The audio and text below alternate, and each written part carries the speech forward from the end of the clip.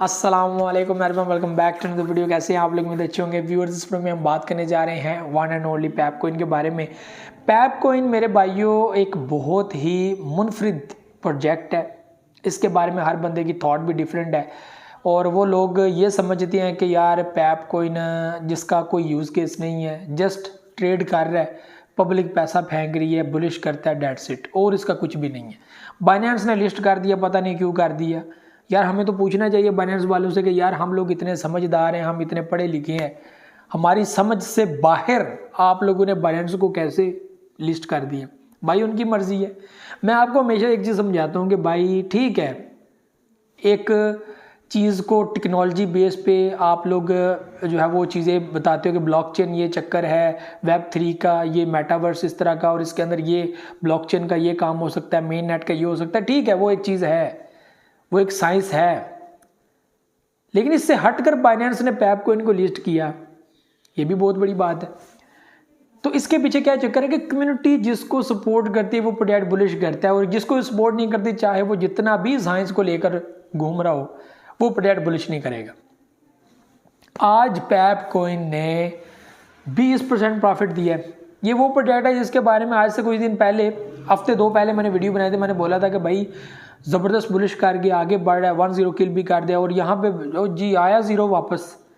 ऐसे लोगों को बेवकूफ़ बना रहे हो, आया 0 वापस। रीटेस्ट हुआ, करेक्शन हुई, बिल्कुल उसके करीब आया, और वहाँ से उसने पॉइंट सेट करके दोबारा बुलिश कर गया, और वहाँ से जो बुलिश किया इस वक्त 145 के ऊपर जो है वो ट्रेड कर रहा है, और ये मज़ीद आगे बढ़ेगा। हमारा क्या काम है यहाँ पे 50% 25% स्टॉप लिमिट लगाकर बस आराम से इंतज़ार करना है कि भाई प्रॉफिट आ रहा है नहीं आ रहा, डेट्स इट। लॉन्ग वैलेट के लिए रखना चाहते हो, आपकी मर्जी है, नहीं रखना है वो भी आपकी मर्जी है। हमने तो लॉन्ग वैलेट के लिए भी रखा हुआ है, लॉन्ग टर्म के लिए भी रखा हुआ है, 2 साल के लिए, 3 साल के लिए। हमारी मर्जी है, हमें वो प्रॉफिट देता नहीं देता, बाढ़ में जाए, नुकसान होता हो जाए, वो हमारी मर्जी है। शॉर्ट वैलेट है जिसमें हम लोग टाइम टू टाइम DCA करते हैं, प्रॉफिट बनाते हैं, वो भी हमारी मर्जी है। ये चीज़ समझना बहुत इंपॉर्टेंट है कि जिस प्रोजेक्ट को कम्युनिटी सपोर्ट करती है वो प्रोजेक्ट बुलिश करता है। आप लोग इस चीज़ के ऊपर क्यों लोगों को फोर्स करते हो, इसको ना पकड़ो, इसको ना पकड़ो, इस ना पकड़ो। ये चीज़ें करते करते आप लोगों का नुकसान कर देते हो। जो आप पे बिलीव कर जाता है ना, जो कहता है कि हाँ यार ये आपकी बात बिल्कुल ठीक है, main net, Web3, metaverse, AI, ठीक है, ब्लॉकचेन, ठीक है, ट्रांजैक्शन फास्ट होनी चाहिए, ये आजकल का जो है वो चक्कर है, और इसके अंदर लोगों को समझ होनी चाहिए, बिल्कुल होनी चाहिए। लेकिन ये चीज़ भी होनी चाहिए कि जिस प्रोजेक्ट को लोग सपोर्ट करते हैं, यानी कि ट्रेडिंग प्लेटफॉर्म है ना, मेन काम तो पैसे का, टेक्नोलॉजी है, ज़रा वो भी चीज़ आप लोग इसलिए बता रहे हो कि लोग इसके ऊपर ट्रस्ट करें और इसके अंदर पैसा लगाएं, क्योंकि ये आपको स्कैम नहीं करेगा। बात तो स्कैम की है कि ये ट्रस्टेबल है, ये ट्रस्टेबल नहीं है, लेकिन ट्रस्ट कुछ भी नहीं है। यहाँ पर किसी के ऊपर आप लोग ट्रस्ट नहीं कर सकते, इसका सर्टिफिकेट किसी के पास नहीं है कि हम लोगों को ये बताते हैं फिर ये ठीक है ये गलत है। हम कहते हैं भाई पास्ट एक्सपीरियंस के मुताबिक और कम्युनिटी की सोच के मुताबिक इस वक्त कम्युनिटी के अंदर इसका जोर ज़्यादा है, इसको पकड़ लो, ये प्रॉफिट देगा, डेट्स इट। और पैप कोई ने ऐसे किया, कम्युनिटी के अंदर जनाब फैला हुआ है, छाया हुआ है कम्युनिटी के अंदर। लोगों को समझ है नहीं है, उनका अपना दिमाग है, लेकिन वो लोग फ़ायदा ले रहे हैं। ये बात होती है कि पढ़ा लिखा दिमाग प्रॉफिट नहीं ले रहा और एक अनपढ़ बंदा प्रॉफिट ले रहा है। अनपढ़ बंदा क्या देख रहा है कि यार इसकी हाइप बन रही है, मैं इसके अंदर इन्वेस्टमेंट करूँ, मुझे प्रॉफिट दे रहा है। कितनी बार मैं गया तो मैं सबसे ज़्यादा मीम प्रोजेक्ट्स का सपोर्टर हूँ, सबसे ज़्यादा वीडियोस मैंने बनाई है मीम प्रोजेक्ट के बारे में, ठीक है, सबसे ज़्यादा मीम प्रोजेक्ट्स के बारे में मैंने बनाई है। और लोगों को मैं बार बार कहता था लूना क्लासिक ले लो, पैप कोइन ले लो, शिबा इनू ले लो, लूना क्लासिक ले लो, ठीक है, फ्लोकी इनू, ये 4 प्रोजेक्ट्स।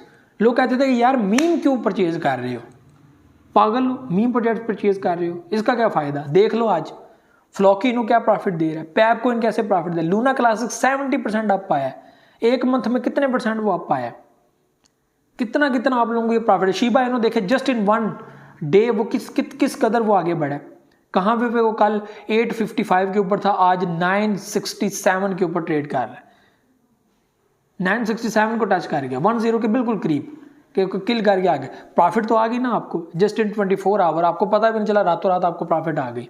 किसी बड़े प्रोजेक्ट के अंदर ऐसे नहीं आती, कोई 3% आप है, कोई 5% आप है। $1 वाला आपने एक प्रोजेक्ट लिया हुआ है, उसकी प्राइस 1.1 पे चली जाती है, कितना प्रॉफिट हुआ है आपको, 10 सेंट।